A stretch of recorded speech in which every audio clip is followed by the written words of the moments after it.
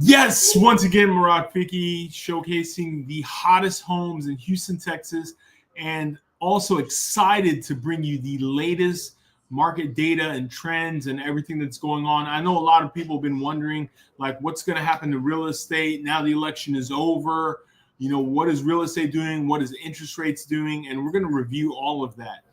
Interest rates have been relatively flat when it comes to as far as even though the Fed has cut the rate twice now, and hopefully they're going to do it again this month, you know, the rates really haven't fallen much. They've fallen a little bit, but not much. And people were wondering, why is that? Well, a big reason is that their interest rates are not directly connected to the Fed funds rate. Meaning, if the Fed lowers, then interest rates lower. If they increase, it's not directly attached like that. It's more so attached to treasury notes and where is the market trending. And since the election, if you've been paying attention to the news or the stock market has taken off. I think every day they're setting a new record as far as how high the stock market has gone. And that being said, with stocks taking off, bonds are taking off. So this is why the rates really haven't fallen. But I'm hoping, and we all are, that in the coming weeks and months, as the Fed continues to lower the rate, then the interest rate is going to also lower. And so with that being said, you know, I would suggest you get in now, you know, because if you get in later when rates are low, prices are going to take off and there's going to be bidding wars, frenzies. There is a housing crisis in the United States. This is a fact. I mean, they're saying that there's not enough homes for the demand. The one factor that is causing maybe a little bit of a hamper on the market is just the interest rates. Interest rates are still, they're not great, but they're not terribly bad either. I mean, they're not in the 3% range. They're in the sixes now, mid sixes. And you could say that's about on average if you look at where interest rates have been during the last 100 years. And so I would say lock in your price because prices continue to shift upwards. And we're going to look at that right now. But I would say lock in your price now. And you can refinance always as rates fall. You know, myself, we got an incredible deal on our house. And when we bought it 2 years ago, and we got a kind of a high interest rate. So I'm not worried about that because I locked in my price. I'm just going to let rates keep falling and hopefully refinance next year. And if not, I'll wait till the following year. I mean, I can wait. I can be patient. So that being said, you know, there's no way I would get the price on my house that we got back then now. There's just no way. Or next year or the following year. So that's something to consider. But let's go ahead and dive right in. Let's look at the weekly activity snapshot. We are going to look at, you know, like always, we're comparing week 49 of 2024 to week 49 of 2023. And that is December 3rd to December 9th. We saw an increase in new listings about 34.1%. 2,913 new listings were entered in the MLS last week. We saw pending listings down by 5.5%. That's relatively flat. About 1,600 listings went under contract last week versus 1,693 a year ago. We saw off-market listings, 19.1%. 1,693 sellers withdrew their homes from the market. Could be because they don't want to show the house during the holidays, or maybe they're just going to hold off. Maybe they're not getting the price that they thought they would get, and they're just a little bit discouraged, and that happens. Closings, 1,500 actual sold properties last week. That's 17.7% increase year over year. Showings up by 3.5%, 29,808 showings. These are actual buyers looking at homes, walking homes, and feeling them to see if this is something they want to put an offer on.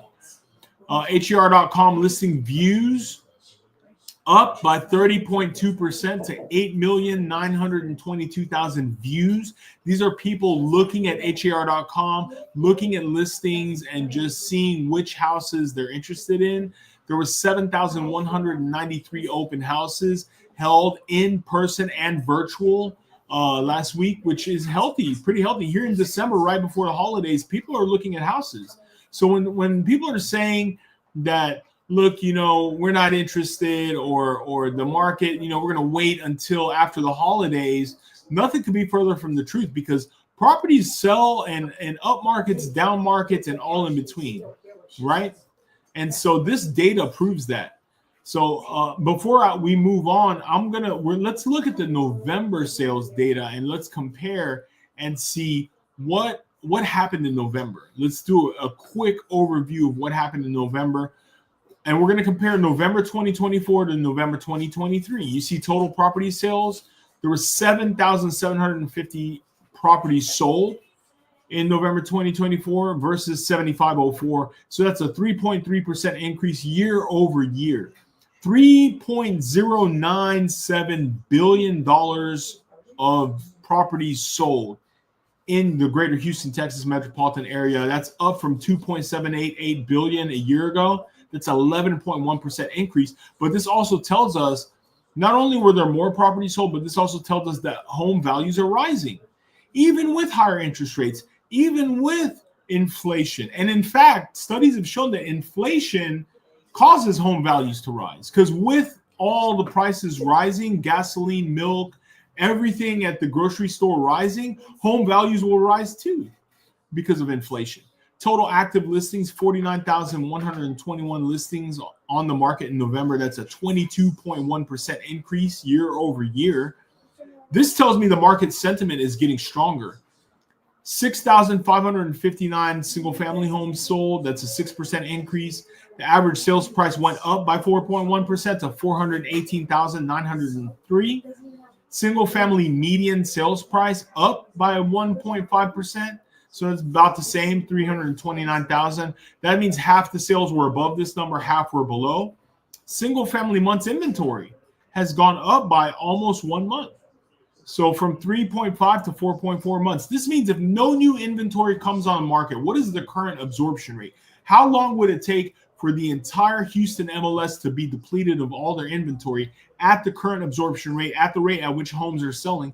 And it would be about 4.4 months, almost 4.5 months. Still a seller's market, by the way. Single family pending sales, 6,816 homes went under contract, which is a 22.2% increase year over year. And here we can see the trend. Single family home sales slightly downward, but you can see it's still cyclical.